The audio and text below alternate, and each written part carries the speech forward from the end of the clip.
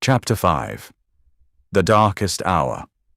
If anything had been needed to give an impetus to Jack McMurdo's popularity among his fellows, it would have been his arrest and acquittal.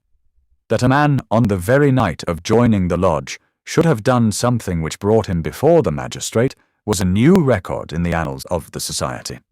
Already he had earned the reputation of a good boon companion, a cheery reveller, and withal a man of high temper, who would not take an insult even from the all-powerful boss himself.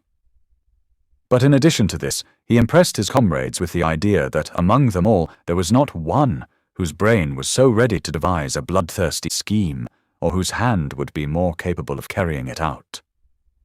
"He'll be the boy for the clean job," said the oldsters to one another, and waited their time until they could set him to his work. McGinty had instruments enough already, but he recognized that this was a supremely able one. He felt like a man holding a fierce bloodhound in leash. There were curs to do the smaller work, but some day he would slip this creature upon its prey. A few members of the lodge, Ted Baldwin among them, resented the rapid rise of the stranger and hated him for it, but they kept clear of him, for he was as ready to fight as to laugh. But if he gained favor with his fellows, there was another quarter, one which had become even more vital to him, in which he lost it. Etty Shafter's father would have nothing more to do with him, nor would he allow him to enter the house. Etty herself was too deeply in love to give him up altogether, and yet her own good sense warned her of what would come from a marriage with a man who was regarded as a criminal. One morning after a sleepless night, she determined to see him, possibly for the last time, and make one strong endeavor to draw him from those evil influences which were sucking him down. She went to his house, as he had often begged her to do, and made her way into the room which he used as his sitting room. He was seated at a table, with his back turned and a letter in front of him. A sudden spirit of girlish mischief came over her. She was still only 19. He had not heard her when she pushed open the door. Now she tiptoed forward and laid her hand lightly upon his bended shoulders. If she had expected to startle him, she certainly succeeded, but only in turn to be startled herself. With a tiger spring, he turned on her, and his right hand was feeling for her throat.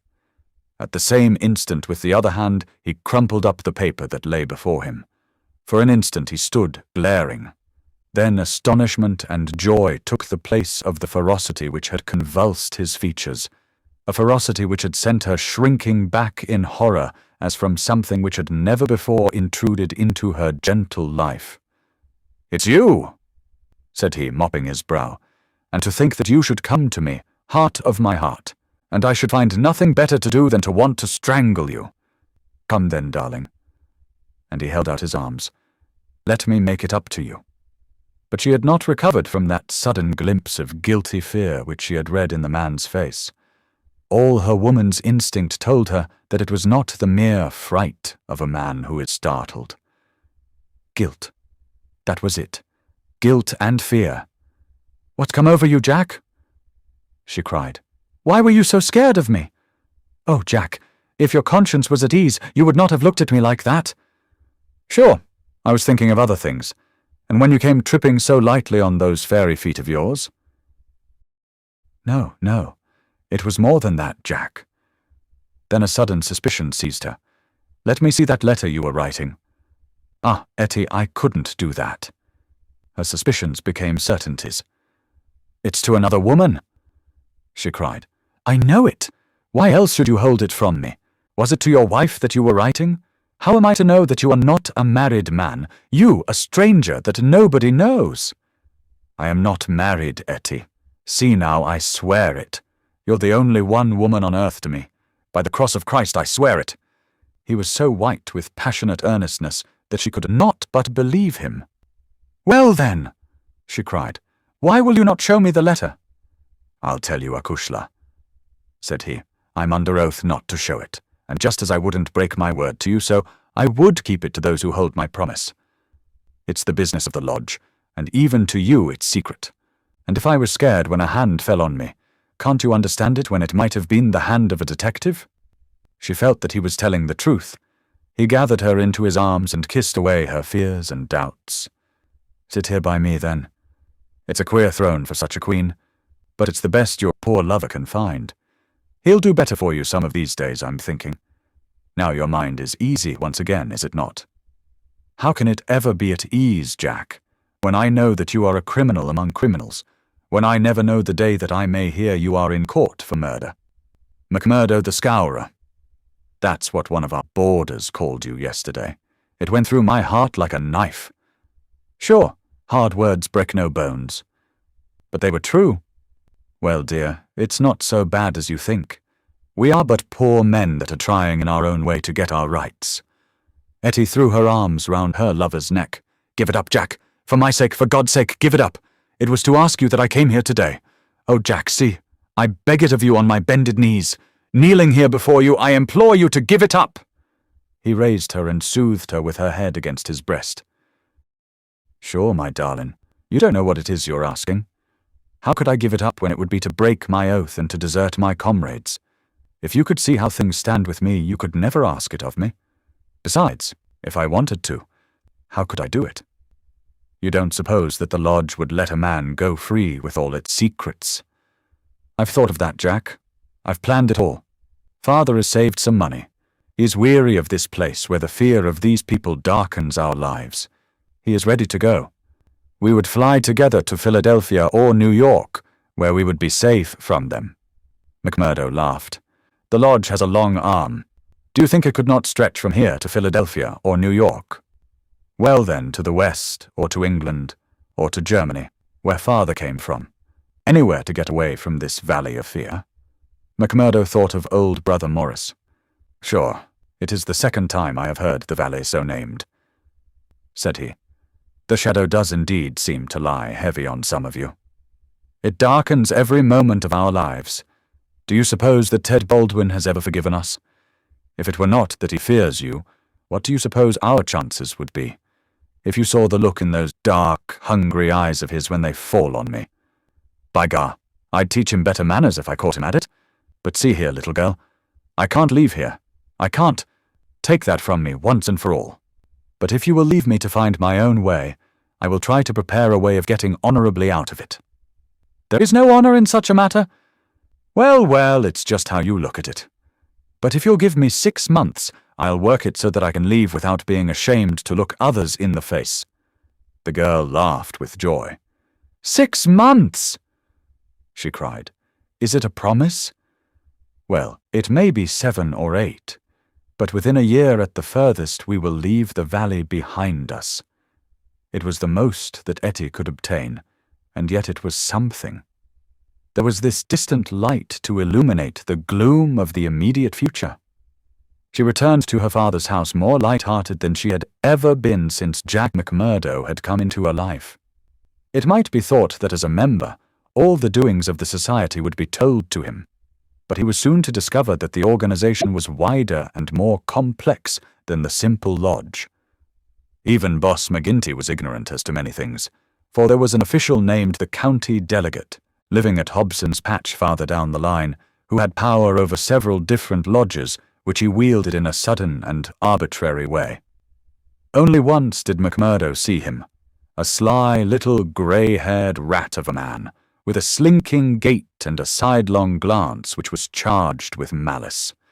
Evans Pott was his name, and even the great boss of Vermissa felt towards him something of the repulsion and fear which the huge Danton may have felt for the puny but dangerous Robespierre. One day Scanlon, who was McMurdo's fellow boarder, received a note from McGinty enclosing one from Evans Pott, which informed him that he was sending over 2 good men, Lawler and Andrews, who had instructions to act in the neighbourhood, though it was best for the cause that no particulars as to their objects should be given. Would the bodymaster see to it that suitable arrangements be made for their lodgings and comfort until the time for action should arrive? McGinty added that it was impossible for anyone to remain secret at the Union House, and that, therefore, he would be obliged if McMurdo and Scanlon would put the strangers up for a few days in their boarding-house. The same evening the 2 men arrived, each carrying his gripsack.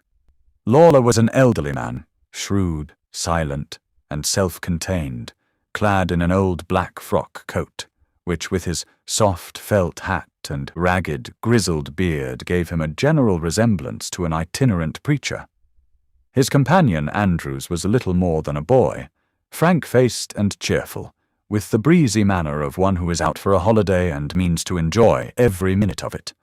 Both men were total abstainers, and behaved in all ways as exemplary members of the society, with the one simple exception that they were assassins who had often proved themselves to be most capable instruments for this association of murder.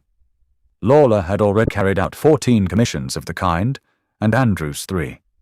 They were, as McMurdo found, quite ready to converse about their deeds in the past, which they recounted with the half-bashful pride of men who had done good and unselfish service for the community. They were reticent, however, as to the immediate job in hand. "They chose us because neither I nor the boy here drink," Lawler explained. "They can count on us saying no more than we should. You must not take it amiss, but it is the orders of the county delegate that we obey." "Sure, we are all in it together," said Scanlon, McMurdo's mate, as the four sat together at supper. "That's true enough, and we'll talk till the cows come home of the killing of Charlie Williams or of Simon Bird or any other job in the past. But till the work is done, we say nothing." "There are half a dozen about here that I have a word to say to," said McMurdo with an oath. "I suppose it isn't Jack Knox of Iron Hill that you are after. I'd go some way to see him get his deserts." "No, it's not him yet." "Or Herman Strauss." "No, nor him either." "Well, if you won't tell us we can't make you, but I'd be glad to know." Lawler smiled and shook his head. He was not to be drawn. In spite of the reticence of their guests, Scanlon and McMurdo were quite determined to be present at what they called the fun. When, therefore, at an early hour one morning, McMurdo heard them creeping down the stairs, he awakened Scanlon, and the two hurried on their clothes. When they were dressed, they found that the others had stolen out, leaving the door open behind them. It was not yet dawn, and by the light of the lamps they could see the two men some distance down the street. They followed them warily, treading noiselessly in the deep snow. The boarding-house was near the edge of the town, and soon they were at the crossroads which is beyond its boundary. Here 3 men were waiting, with whom Lawler and Andrews held a short, eager conversation. Then they all moved on together. It was clearly some notable job which needed numbers. At this point, there are several trails which lead to various mines.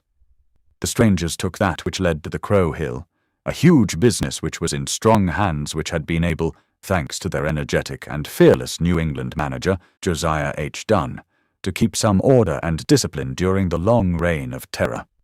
Day was breaking now, and a line of workmen were slowly making their way, singly and in groups, along the blackened path.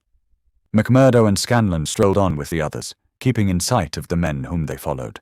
A thick mist lay over them, and from the heart of it there came the sudden scream of a steam whistle. It was the 10-minute signal before the cages descended and the day's labor began. When they reached the open space round the mine shaft, there were 100 miners waiting, stamping their feet and blowing on their fingers, for it was bitterly cold. The strangers stood in a little group under the shadow of the engine house. Scanlon and McMurdo climbed a heap of slag from which the whole scene lay before them. They saw the mine engineer, a great bearded Scotchman named Menzies, come out of the engine house and blow his whistle for the cages to be lowered. At the same instant, a tall, loose-framed young man with a clean-shaved, earnest face advanced eagerly towards the pithead.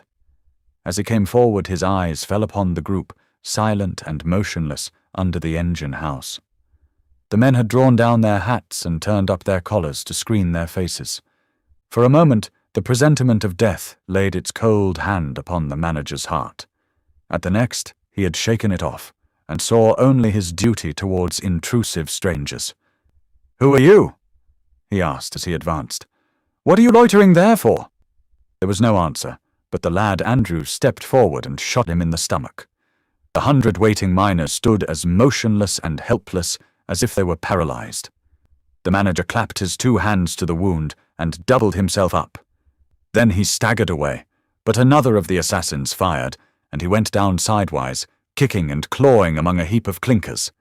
Menzies, the Scotchman, gave a roar of rage at the sight and rushed with an iron spanner at the murderers. but was met by 2 balls in the face which dropped him dead at their very feet. There was a surge forward of some of the miners, and an inarticulate cry of pity and of anger, but a couple of the strangers emptied their 6-shooters over the heads of the crowd, and they broke and scattered, some of them rushing wildly back to their homes in Vermissa.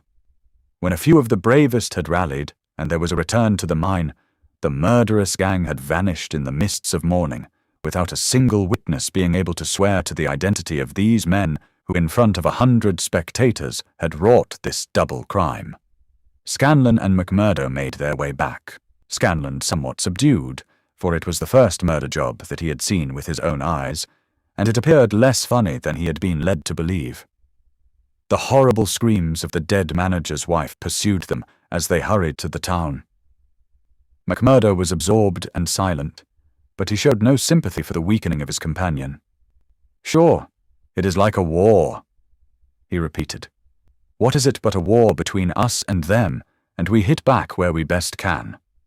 There was high revel in the lodge room at the Union House that night, not only over the killing of the manager and engineer of the Crow Hill mine, which would bring this organization into line with the other blackmailed and terror-stricken companies of the district, but also over a distant triumph which had been wrought by the hands of the lodge itself.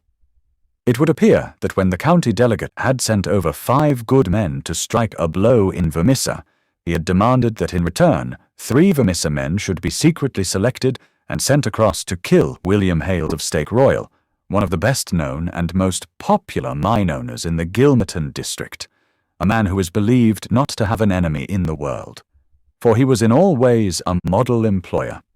He had insisted, however, upon efficiency in the work, and had, therefore, paid off certain drunken and idle employees who were members of the all-powerful society.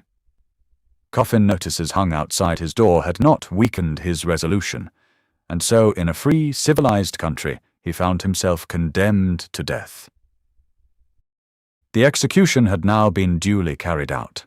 Ted Baldwin, who sprawled now in the seat of honor beside the bodymaster, had been chief of the party. His flushed face and glazed, bloodshot eyes told of sleeplessness and drink. He and his 2 comrades had spent the night before among the mountains. They were unkempt and weather-stained, but no heroes, returning from a forlorn hope, could have had a warmer welcome from their comrades. The story was told and retold amid cries of delight and shouts of laughter. They had waited for their man as he drove home at nightfall, taking their station at the top of a steep hill where his horse must be at a walk. He was so furred to keep out the cold that he could not lay his hand on his pistol. They had pulled him out and shot him again and again. He had screamed for mercy. The screams were repeated for the amusement of the lodge. "Let's hear again how he squealed," they cried.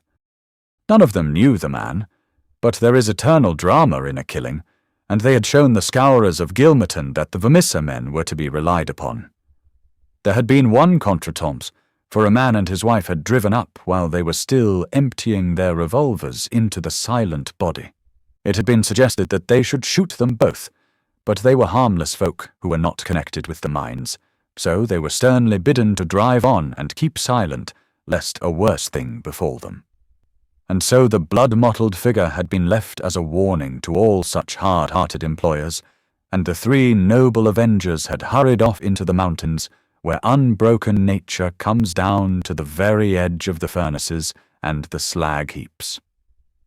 Here they were, safe and sound, their work well done, and the plaudits of their companions in their ears. It had been a great day for the Scowrers. The shadow had fallen even darker over the valley.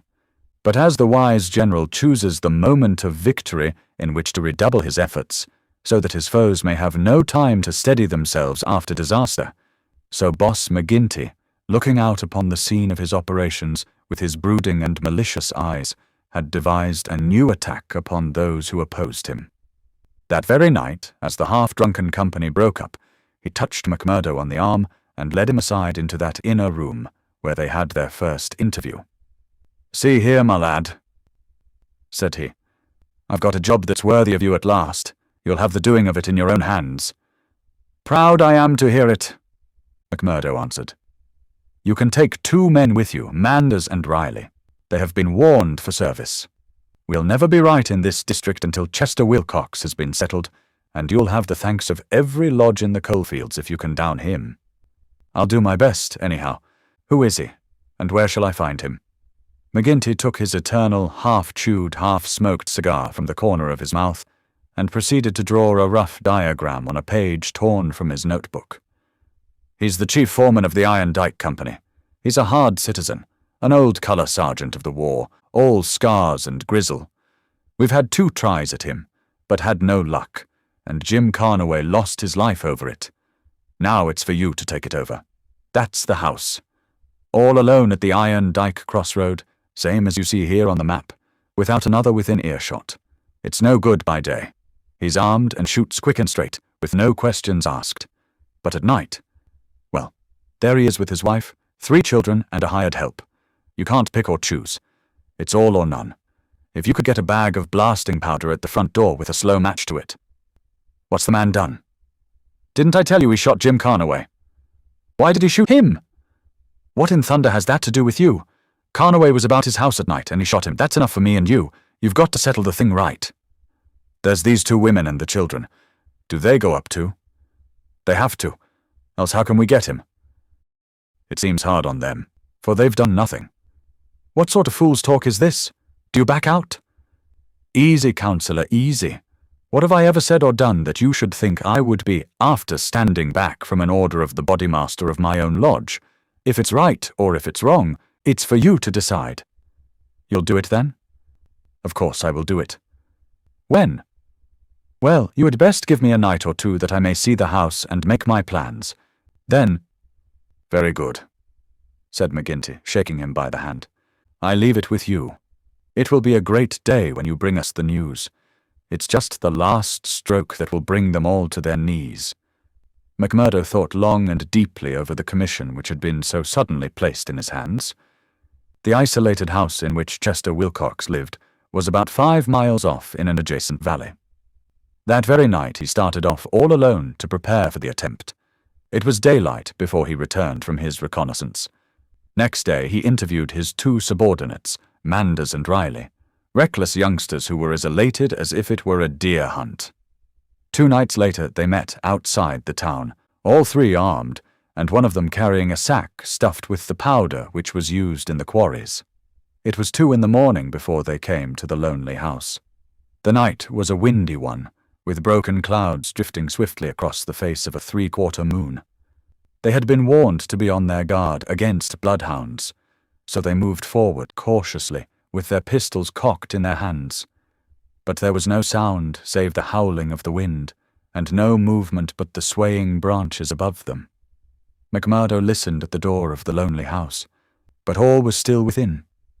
Then he leaned the powder bag against it, ripped a hole in it with his knife, and attached the fuse. When it was well alight, he and his 2 companions took to their heels, and were some distance off, safe and snug in a sheltering ditch, before the shattering roar of the explosion, with the low, deep rumble of the collapsing building, told them that their work was done. No cleaner job had ever been carried out in the blood-stained annals of the society. But alas, that work so well organized and boldly carried out should all have gone for nothing. Warned by the fate of the various victims, and knowing that he was marked down for destruction, Chester Wilcox had moved himself and his family only the day before to some safer and less-known quarters, where a guard of police should watch over them. It was an empty house which had been torn down by the gunpowder, and the grim old colour sergeant of the war was still teaching discipline to the miners of Iron Dike. "Leave him to me," said McMurdo. "He's my man, and I'll get him sure if I have to wait a year for him." A vote of thanks and confidence was passed in full lodge, and so for the time the matter ended. When a few weeks later it was reported in the papers that Wilcox had been shot at from an ambuscade, it was an open secret that McMurdo was still at work upon his unfinished job. Such were the methods of the Society of Freemen, and such were the deeds of the Scowrers by which they spread their rule of fear over the great and rich district, which was for so long a period haunted by their terrible presence. Why should these pages be stained by further crimes? Have I not said enough to show the men and their methods? These deeds are written in history, and there are records wherein one may read the details of them. There one may learn of the shooting of policemen Hunt and Evans, because they had ventured to arrest 2 members of the society, a double outrage planned at the Vermissa Lodge, and carried out in cold blood upon 2 helpless and disarmed men. There also one may read of the shooting of Mrs. Larby when she was nursing her husband, who had been beaten almost to death by orders of Boss McGinty. The killing of the elder Jenkins, shortly followed by that of his brother, the mutilation of James Murdoch, the blowing up of the Staphouse family, and the murder of the Stendals all followed hard upon one another in the same terrible winter. Darkly the shadow lay upon the valley of fear. The spring had come with running brooks and blossoming trees. There was hope for all. Nature bound so long in an iron grip, but nowhere was there any hope for the men and women who lived under the yoke of the terror. Never had the cloud above them been so dark and hopeless as in the early summer of the year 1875.